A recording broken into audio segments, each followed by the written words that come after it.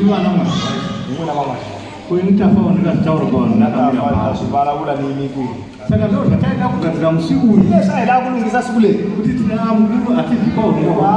Na isuki kale susamo rumo nesibongo chakushumira wakati pama itira tinita. Kongela uyidzeli kukhongisa kana timba munamato. Loko eri esikhongele pasabata. Pasabata. Asowe.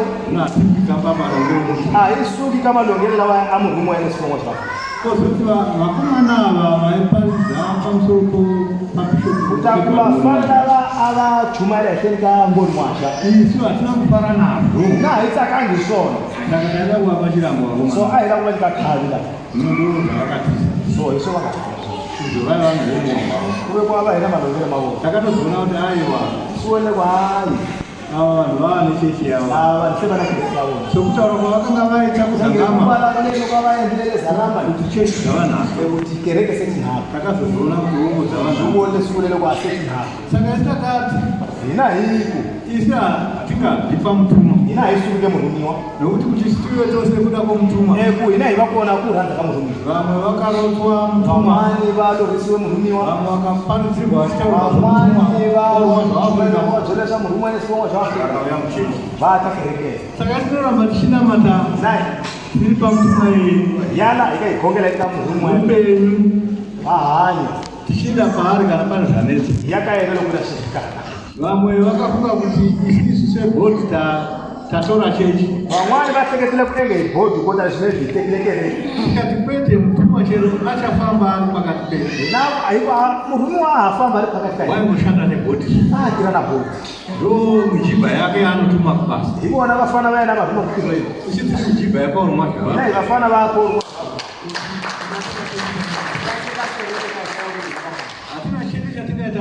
hava chaina ingachienda kweti zvose zvatinoita tinoenda pamutema ikwaso lesienda usona yakaenda murume nesibongo otitendera kuti yena ainyika aikumelela patakaita chirayiro chokumaungwa na ingaenda kona pasika ile maungwa takaenda pashure pemusangano wechivhuru ile dzawakasangana wechivhuru tina bishop Edward Mumani ina bishop Edward Mumani ndo chete vasara vari mwana womutuma ivona vakasara chena vari vana vanokuno ntemo rakaitwa nomutuma unotire mutuma ndiye ari pamusoro pechero kuuya vana vake kozouya utabhodhusa saka isu takaona kuti bishop ngoni mwazva zvavaripo kulezvi bishop ngoni mwazva angakona hatingaiti direct pamutuma ivo direct kamurumiwa yena akona tinoenda navo famba naye ivo ndo ndotitaura pamutuma saka takaenda navo tikadokumbira kuti dokumbira musangano wechirayiro kuikombera sangano wachirayiro mutuma akatitendera akati zvakanaka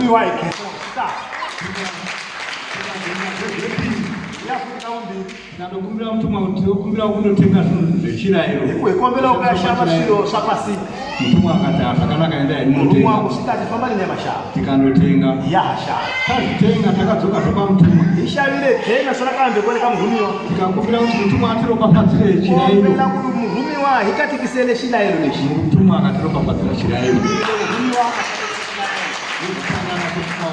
kufambana zvona maungwa tikatekiswe murumiwa saka tichaenda kumaungwa ikaya maungwa chirayiro yechirayiro takabva nepamba pemutuma isubire hela mutini wamurumiwa unooneka kuti takwenda kuchirayiro cheko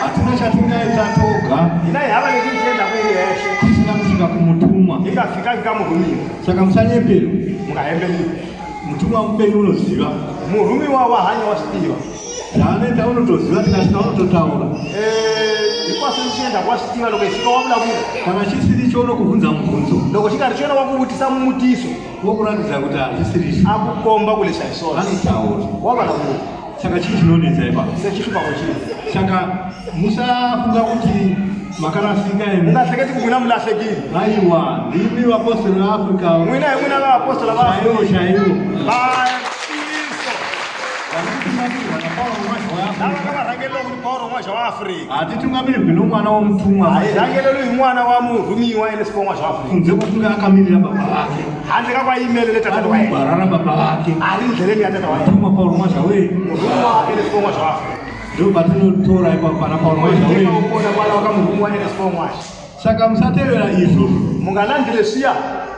Tinotenda kwazvo akesa ngofune mchechi vanhu vakazvisisa ekukerekeni vanhu vatwisisile kuZimbabwe kwatiri neZimbabwe ingakona le vazhinji vakazvisisa voti ala vatwisisile takaita zverimugumano vhiki yapera yendile kambe imweni kerekeni ingahera lite paretreat kuHarare retreat yeHarare vanhu vomuHarare vechitungwiza vanhu vaHarare vechitungwiza namaguta akapoteredza na ndau ikwayo ingahirenzela vakauya vakaita 12,200 vakaungana kuStandard Hall lava avaende Standard Hall vanga vasingasviki kana 400 vanhu vavona vakafika hamina 400 asi vakabva Zimbabwe yose mara vafanire Zimbabwe kuenda vane Harare chete yavo ina Harare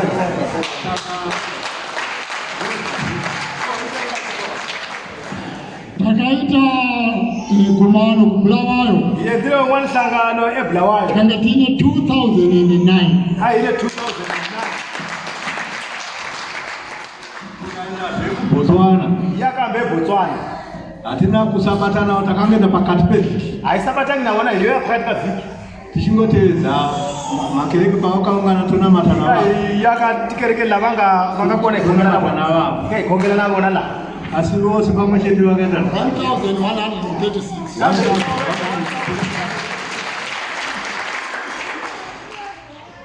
muone kuti ndo Mwari arikutaura muvanhu chikwembu chakashavala vanhu achivadzidzisa akava ndoudzisa namba tiri kupai vatinoita ungana navo munyika nomboro yavanhu lavaita vaishangane navona inenge isiri provinsi yose itava ingari provinsi kwayo inenge isiri cheche yose itava ingari kereke kwayo akatiri kubulawayo nematebheleni provinsi dzedzi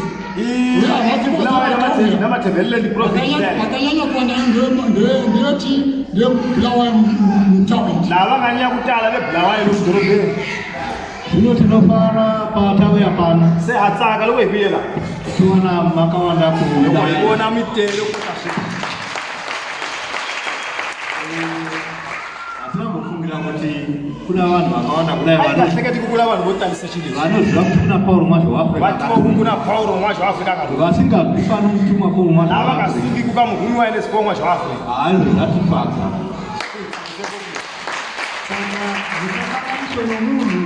mungaonhiwi vanhu utungamiri hwechechi hunongovaposa kare murangeri dzakereke dzirikuona kufanana kale iyo mabhishopu maviri ndo akangobva mubhodhi chete mabhishopu maviri aiwo akasuka ngebhodhi chakawana siya muzvombo chakawana siya muzvombo vamwe vese varikuva vamwani kuvo vakona saka basa ririkufamba tirokowafamba uyezve kana panenge paita gomba kapanotsigwa kutava kuendere godhi kakanzeliwa kogadzirwa kulungisiwa pane pasina bhishopu poita bhishopu ukava kubhishopu kuenda bhishopu kufamba zvakanaka kufamba kahle saka ndo zvinoita izvozvo izvo zviendako zvezvo saka chechi riri kufamba zvakanaka kereke yaka yafamba kahle Afrika yedu saka tinokuzivisai kuti hamutivisayeku aive bhishopi Jemera lo ari bishop Jemera aive bhishopi Mache aive lo ari bishop Mache aive bhishopi Tendai nalo ari bishop Tendai aive bhishopi Tsikamano nalo ari bishop Tsikamano Gotora na bishop Gotora hatichalamata navo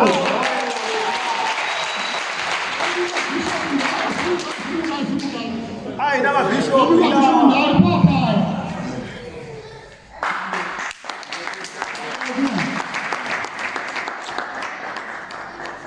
saka hakuna mumwe kunotenga walipompota kupewa dhecheche kwati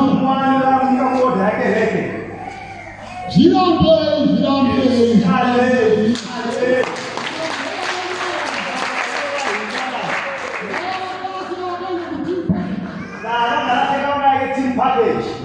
isukira Paulo mwacho waafrika matende akasisipo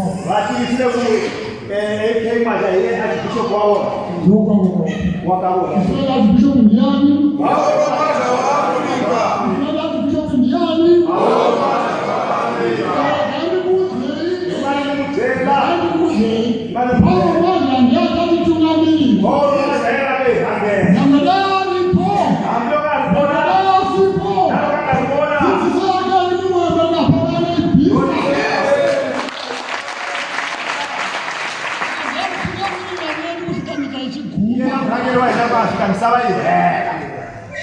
Ye kana pose panokanganisa.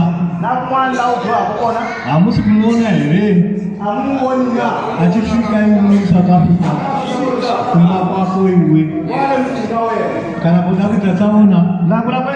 Kana kwa ugere.